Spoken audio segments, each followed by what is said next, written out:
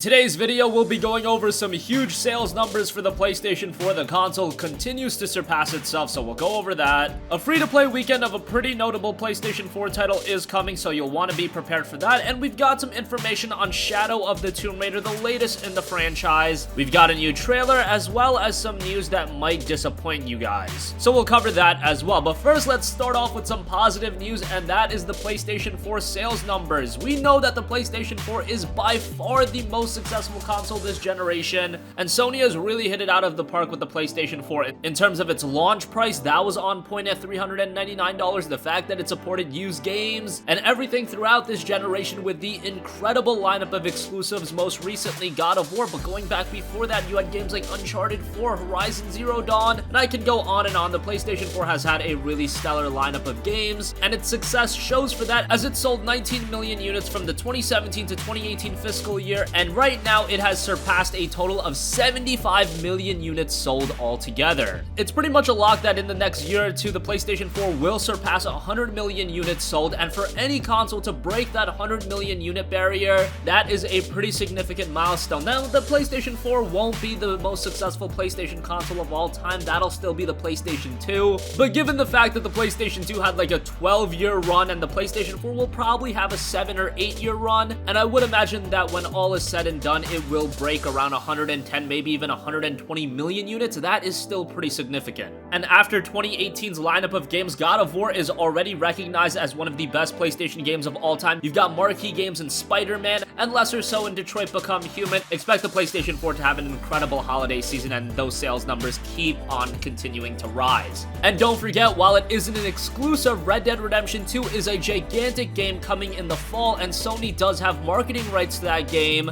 Who knows, could they be prepping up a Red Dead Redemption 2 PlayStation 4 console? I know that would sell like hotcakes. There's a lot of potential for the PlayStation 4 to continue on with its success, and coming off a strong 2017, expect 2018 to be just as big, if not bigger. Moving on from that, I do want to mention a free-to-play weekend that is going to be starting for For Honor, one of the more notable games of 2017. Not a game that everybody was super stoked about, but a game that Ubisoft has stayed super committed to and have continued to enhance the experience. They've continued to add content, and that's kind of been the Ubisoft model in recent years, namely in the last 16 months or so, with games like Tom Clancy's The Division, Ghost Recon Wildlands, Assassin's Creed Origins, and of course the aforementioned game in For Honor. If you've yet to play For Honor, it will be free to play from May 3rd, 2018 to May 6th, 2018, and that'll be across all platforms, and it will be the entire game, which includes all of the multiplayer modes, the campaign, and the original roster of 12 heroes. For Honor is a very unique combat game, and if you've yet to play it, I could understand why it's one of those games that kind of targets a more niche audience, but I would definitely give it a look. And on top of the game being free for that weekend, it will also see a pretty significant discount on the PlayStation 4. It'll be 67% off from May 3rd at 8 a.m. Pacific time until May 15th, 8 a.m. So it'll be a little less than $20, and for that price, I would say For Honor is a pretty solid pickup, but you'll have the chance to decide for yourself, as the game will be absolutely free, again from May 3rd until May 6th. As far as the free-to-play weekend's exact start times, that'll be on May 3rd at 1 a.m. Pacific, and it'll end at May 7th at 12 a.m. Pacific. So make sure you check that out if you've yet to play For Honor. And moving on from that, Shadow of the Tomb Raider has had some significant information revealed today. We got a brand new trailer. Unfortunately, no gameplay. We've still yet to see gameplay of this title, and it's releasing in September. But the trailer does showcase a lot of the story elements, so make sure to check that out if you are interested. And on top of that, Square Enix also released an image showcasing the game plan for the release of Shadow of the Tomb Raider and following the release. So let's talk a little bit about that. At June, we've got E3, and that is going to be the first gameplay reveal. July at San Diego Comic-Con Experience. August will bring Gamescom, and that'll have a new gameplay trailer. September, of course, the game will be launched on Xbox One, PS4, and PC.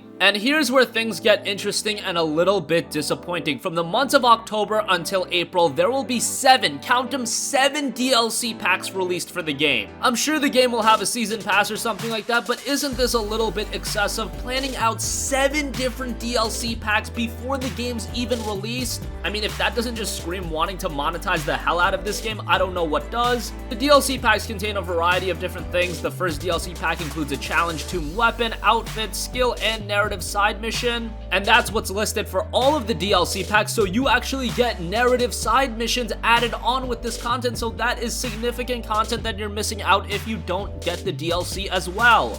I know DLC has been a very controversial topic in gaming. In some instances, I can understand expansions and DLC, but in this case, 7 DLC packs planned out prior to the game even releasing. That is going to leave a sour taste on a lot of gamers' mouths, and I could foresee a lot of gamers being, hey, Spider-Man releases a week before Shadow of the Tomb Raider. Let's forego Shadow of the Tomb Raider for now and wait until a complete package or something like that. And at that point, waiting until a complete edition, a lot more games are going to be released, and this game is kind of going to be forgotten about. I don't know. The Tomb Raider games since 2013's Tomb Raider reboot have been very good. Tomb Raider and Rise of the Tomb Raider were both excellent games, but still, I just can't defend 7 DLC packs being planned for a game even prior to release, and you promoting this, I just don't think that's a good idea at all. But hey, I'm sure the game will be quality, but I know that this is going to turn a lot of gamers off from it. So that's going to conclude this video. Let us know what you guys think. What do you think about the PlayStation 4 having huge sales numbers? It has now surpassed 75 million units sold, and look for it to have a pretty significant 2018 as well. Are you going to be checking out For Honor as a part of its free weekend from May 3rd until the 6th? And what do you think about Shadow of the Tomb Raider? Is this a game you're still going to check out, or the fact that it has 7 DLC packs, is that enough to turn you away from the game? Sound off with your thoughts in the comment section down below. Thank you for watching, and goodbye.